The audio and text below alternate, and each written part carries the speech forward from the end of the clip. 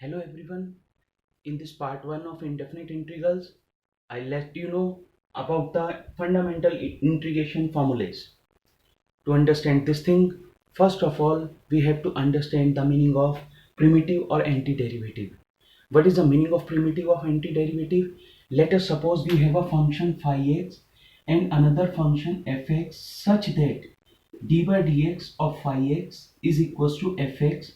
Then in this condition, we will say that phi x is the primitive or antiderivative. Phi x is the primitive or antiderivative of fx or antiderivative of fx. So this is the way to define a primitive or antiderivative.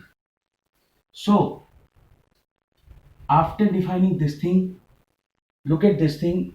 If we have d by dx of x cube, then this is 3x square.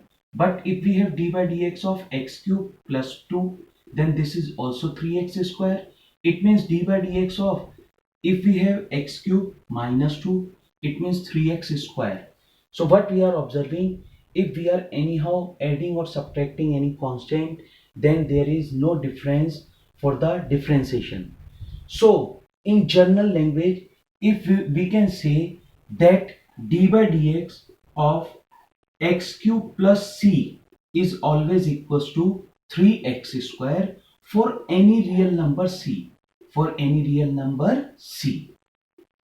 And this c is playing very important role.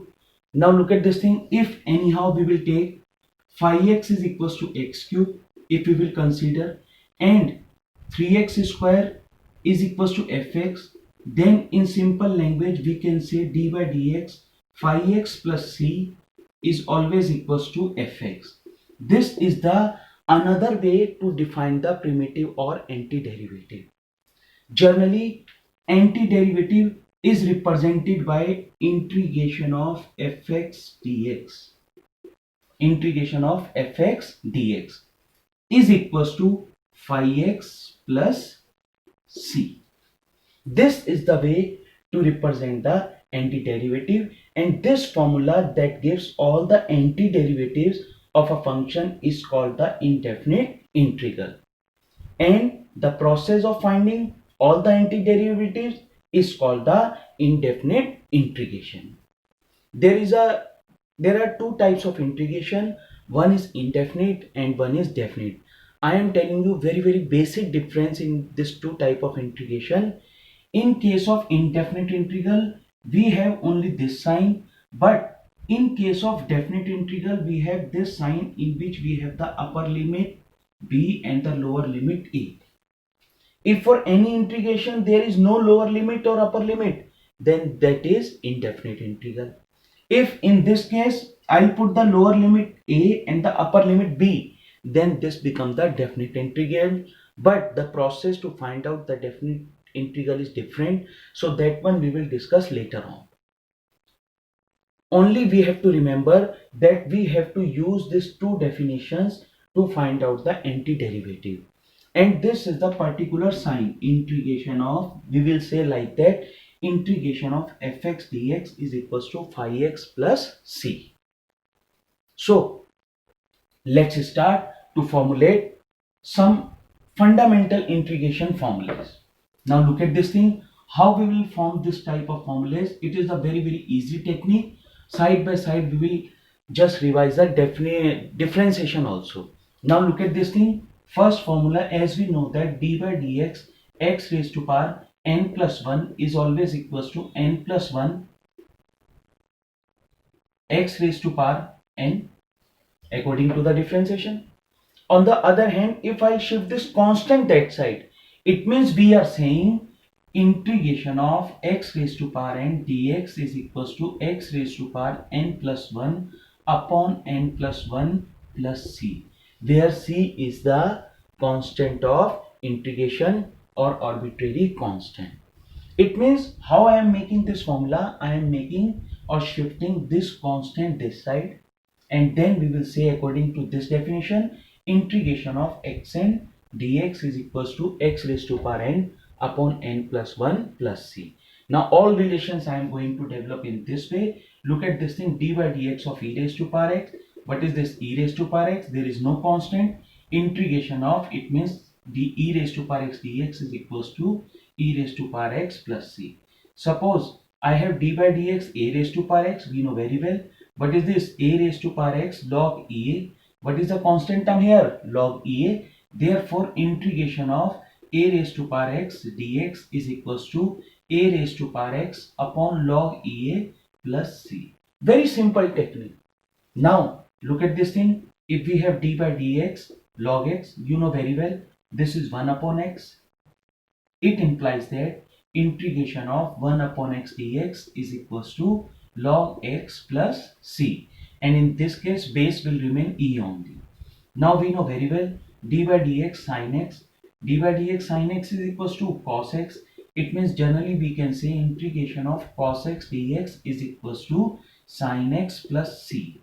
Now d by dx of cos x is equals to minus sin x. It means we can say integration of sin x dx is always equals to minus cos x plus c. Now d by dx of tan x, d by dx of tan x is equals to sec square x. It means integration of sec square x dx is equals to tan x plus c. Now d by dx of cot x is equals to minus cosec square x. It means we can say integration of cosec square x dx is equals to minus cosec x plus c. Now d by dx of sec x, we have sec x tan x. It means we can say integration of sec x tan x is equals to sec x plus c. Now we have d by dx of cosec x. What is this? D by dx of cosec x is equals to minus cosec x plus c. It means integration of cosec x dx is minus cosec x cot x. It means we can say integration of cosec x cot x dx is equals to minus cosec x plus c. So this is the very simple technique to generate the formulas. Now look at this thing, d by dx of, we have sine inverse x. Sine inverse x is equals to 1 upon under root 1 minus x square.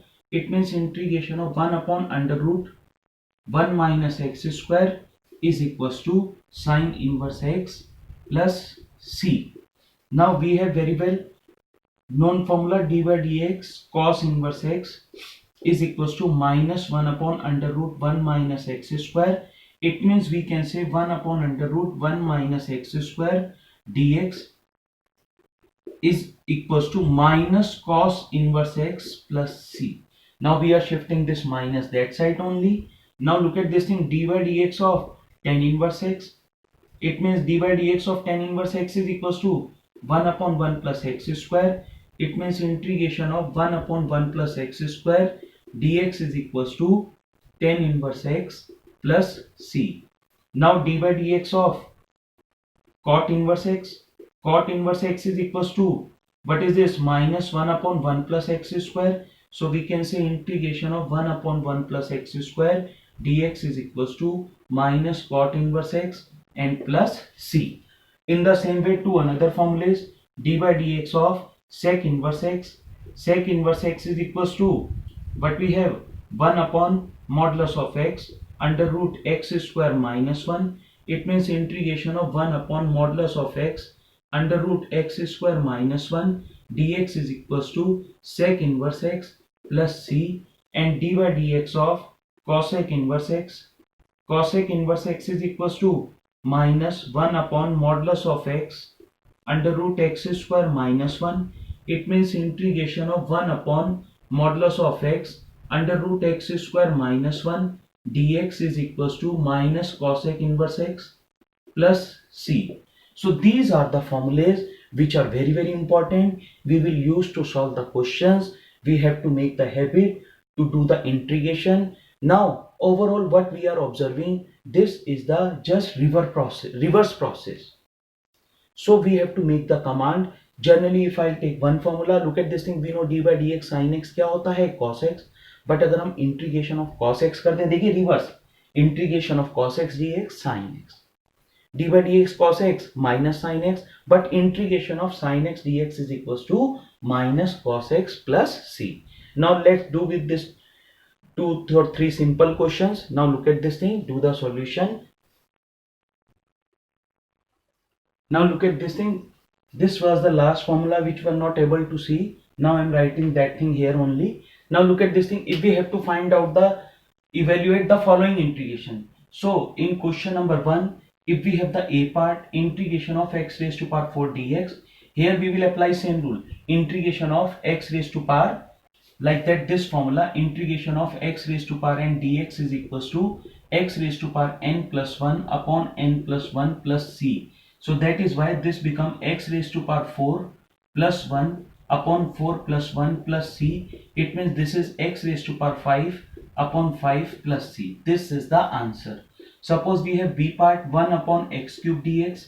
So first of all we will convert into integration of x raised to power minus a cube dx. Now same formula, x raised to power minus 3 plus 1 upon minus 3 plus 1 plus c. It means this become x raised to power minus 2 plus c. It means this is equals to integration of 1 upon x cube dx is equals to minus 2 upon minus 1 upon 2x square plus c. And this is the answer.